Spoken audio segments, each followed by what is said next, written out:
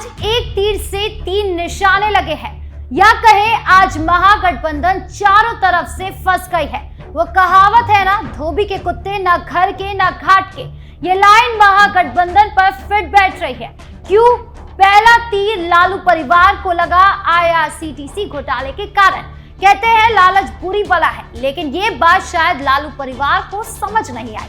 बार बार लालू परिवार जमीन घोटाला, चारा घोटाला, रिश्वतखोरी या भ्रष्टाचार के आरोप में बुरे ही फंसे हैं। और अब जब चुनाव सिर पर है, 1 महीने से भी कम का वक्त बाकी है, ऐसे में कोर्ट से एक और झटका लगा है महागठबंधन को। ये कई सारे सवालों का दरवाजा भी खोल रहा है, जैसे लालू परिवार चुनाव से पहले जेल का रास्ता देखेगा या नहीं, कितनी साल की सजा हो सकती है, चुनाव पर क्या असर पड़ेगा। राहुल गांधी इस वक्त कहां है, जिन्होंने SIR को लेकर तो भ्रष्टाचार के आरोप लगाए थे, लेकिन जिनके आरोप तय हो गए हैं उनके साथ गठबंधन करे बैठे हैं। इन सब के बीच सीट बंटवारे पर क्या अपडेट है, सब कुछ बताएंगे आपको विस्तार से।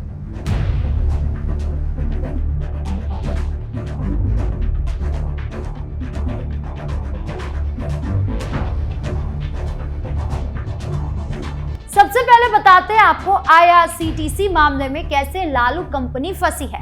बिहार विधानसभा चुनाव 2025 के ठीक पहले यानी 13 अक्टूबर को दिल्ली की राउस एवेन्यू कोर्ट ने लालू प्रसाद यादव, उनकी पत्नी राबड़ी देवी, बेटे तेजस्वी यादव और अन्य आरोपियों के खिलाफ IRCTC होटल भ्रष्टाचार मामले में आरोप तय कर दिए हैं। ये मामला 2004 से 2009 के बीच लालू यादव के रेल मंत्री रहते हुए रांची और पुरी में 2 IRCTC होटलों के टेंडर आवंटन से जुड़ा है। CBI के अनुसार सुजाता होटल्स नामक कंपनी को अनुचित तरीके से ठेका दिया गया। बदले में लालू परिवार को पटना के बेली रोड पर 95 करोड़ रुपए कीमत वाली 3 एकड़ जमीन सस्ते दाम पर मिली। कोचर ब्रदर्स की ये जमीन पहले प्रेम गुप्ता को कम दाम पर बेची गई, फिर यादव ब्रदर्स को और सस्ते में हस्तांतरित कर दी गई। कोर्ट ने राबड़ी देवी और तेजस्वी पर IPC की धारा 420 और 120B के तहत आरोप फ्रेम किए हैं। दोनों ने अदालत में कहा था कि वो मुकदमे का सामना करेंगे। ये केवल IRCTC का मामला नहीं है। इसी सुनवाई में लैंड फॉर जॉब घोटाले पर भी आरोप तय करने की प्रतिक्रिया तेज हो गई है। ये मामला भी 2004 से 2009 का है, जब लालू रेल मंत्री थे। आरोप है कि रेलवे के ग्रुप D पदों पर नौकरियों देने के बदले अभ्यर्थियों ने अपनी जमीनें लालू परिवार या सहयोगियों को उपहार में दी। जबलपुर में पश्चिम मध्य रेलवे के तहत ये भर्तियां हुई। CBI ने 18 मई 2022 का लालू राबड़ी, उनकी 2 बेटियां मीसा भाटिया और हेमा यादव, साथ ही अज्ञात अधिकारियों और निजी व्यक्तियों के खिलाफ केस दर्ज किया। कोर्ट ने साजिश रचने और उसे छिपाने के प्रयास का जिक्र किया। तेजस्वी के 2020 चुनावी हलफनामे में 1993 से 2007 के बीच उनके नाम पर 9 कृषि योग्य जमीन, 2 गैर कृषि प्लॉट पटना में और गोपालगंज में 1 घरेलू जमीन दर्ज है। राबड़ी के नाम पर 13 जमीनें और 5 पावर ऑफ अटॉर्नी वाली संपत्तियां हैं। केंद्रीय मंत्री रविशंकर प्रसाद ने इसे लालू लीला बताते हुए कहा कि 17 साल की उम्र में तेजस्वी के पास इतनी संपत्ति कहां से आई, परिवार को कितनी भूख है, कितना लूटेंगे। लालू परिवार का भ्रष्टाचार का इतिहास पुराना है। चारा घोटाला हो या फर्जीवाड़ा, हर बार जेल की सैर हुई है। चारा घोटाला में लालू को सजा हुई, जमानत मिली, लेकिन छवि पूरी तरीके से धूमिल हो गई। अब IRCTC और लैंड फॉर जॉब से सियासी संकट गहरा गया है। चुनाव से 1 महीने पहले ये झटका RJD के लिए वायरल बम साबित हो रहा है। तेजस्वी राघोपुर से हैट्रिक लगाने की तैयारी में है, लेकिन धारा 420 का केस उनके बिहार बदलने के दावों पर सवाल खड़े कर रहा है। रविशंकर प्रसाद ने तंज कसा, तेजस्वी बाबू बिहार बदलने चले हैं, लेकिन 420 का केस फ्रेम हो रहा है। कौन सा बिहार बनाएंगे? उन्होंने लालू की पहचान चारा खाने, अलकतरा पीने, सरकारी संपत्ति बंटवारे और जमीन 2 नौकरी लो से जोड़ी है।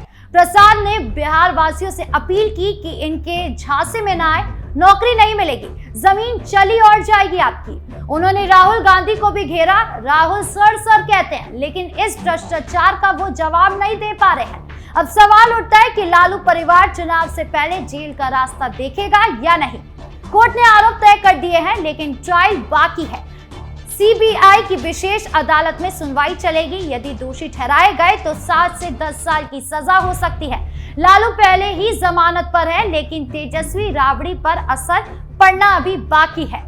तेजस्वी विपक्ष के नेता, और अगर जेल का रास्ता उनके लिए तैयार हो जाता है तो न सिर्फ उनकी व्यक्तिगत छवि पर सवाल उठेंगे, बल्कि पूरी आरजेडी की चुनावी रणनीति पर भी भारी पड़ सकता है।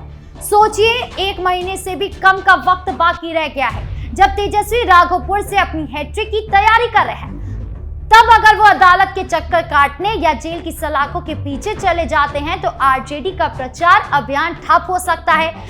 छवि तो पूरी तरीके से धूमिल होगी ही। तेजस्वी ही तो पार्टी के चेहरे हैं। उनके बिना आरजेडी का मैदान संभालना लालू प्रसाद यादव के स्वास्थ्य समस्याओं से जूझ रहे नेता के लिए बहुत मुश्किल है।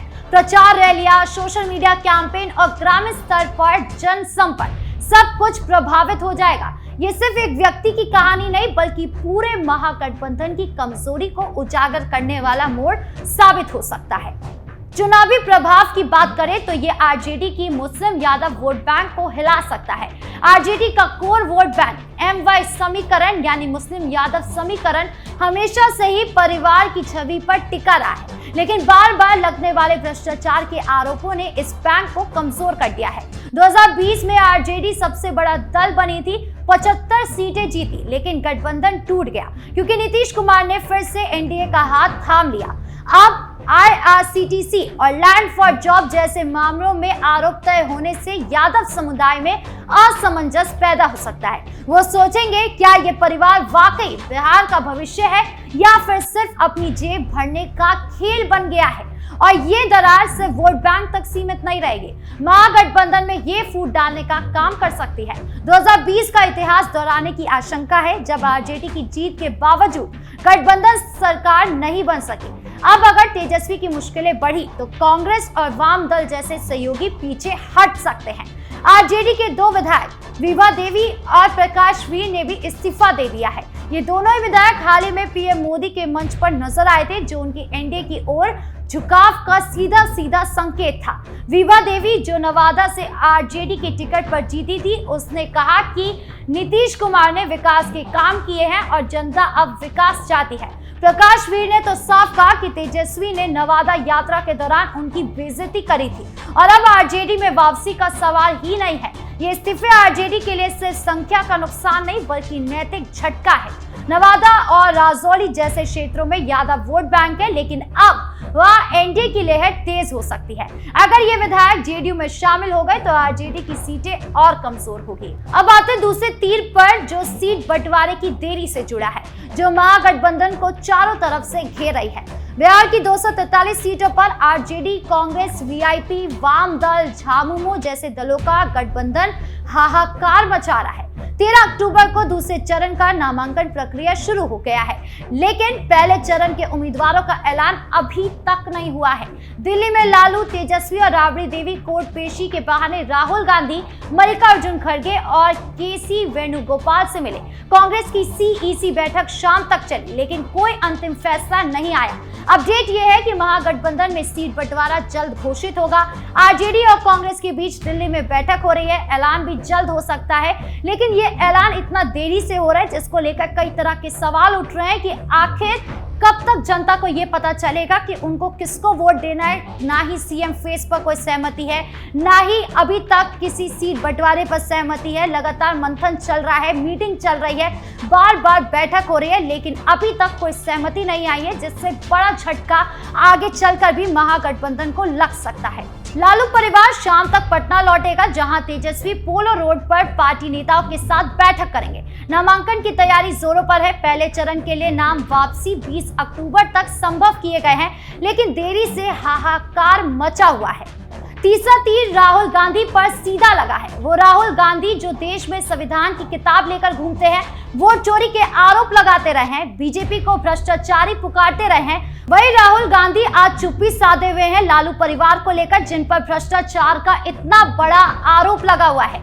अब ऐसे में सवाल उठता है कि अब राहुल गांधी क्या कहेंगे, लालू परिवार अब अपने आप को कैसे बचाएगा और सीट बंटवारे पर कब तक फॉर्मूला तय होगा। आपको क्या लगता है, कमेंट बॉक्स में जरूर बताएं। धन्यवाद।